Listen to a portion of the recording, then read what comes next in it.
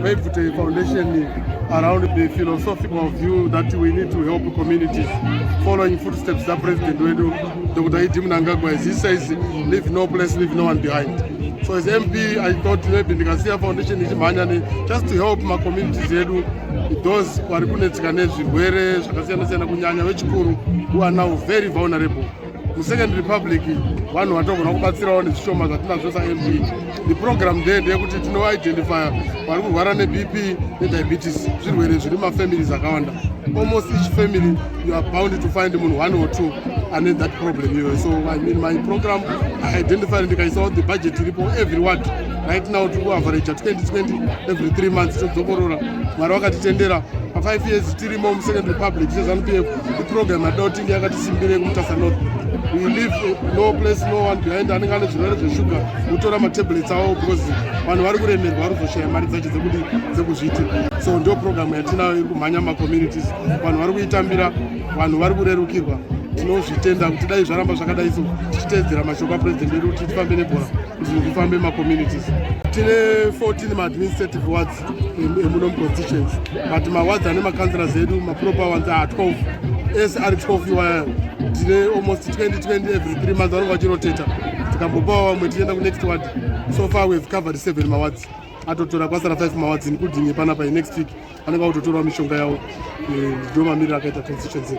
Nindo tupatisha nyakutoka nogara mwati 6 samanga tunotora mapirizi pia ndotoita zvekutonotenga kuti dzimwenguva mari ikatondiremera pamwe handitozve kuenda kunotenga kwacho nditotenga $5 emwedzi wese. Saka dzimwe nguva dzacho ndikange ndisina hangu pamwe ndopanda kuzonotsvaga kana maheps kuti ndiwane kurarama.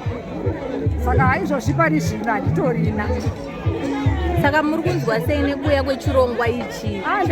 Atafara kuuya kwechita chirongwa chitafara kuti vari kutotiitirawo zvakanaka. Isisu vakwegura kudai izvi tinoshaya mari. Dzimwe kuone kuti mwana ashandipawo mari yekutenga asi mwana aine zvakewo zvinenge zvakamuremera iko pakuzozvitadza kuenda kunotenga mapirizi aya.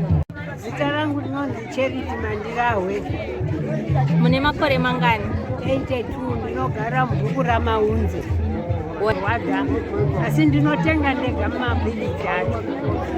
Asi izvozvi honorable zvavati vakumaunza vakuuya kuzokupai pachena munotine mashoko iwayo?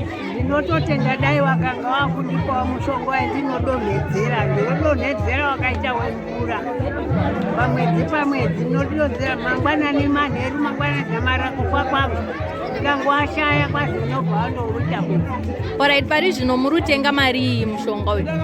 Ndinotenga kanoita $5. Anzi Sindoni Sampute, kansela ward 7. Tinotenda chaizvo Honorable Obey Bute nechirongwa chawakatiunzira kuwati chekubatsiridza vanagogo vedu vanorwara neBP, vanorwara neshuga.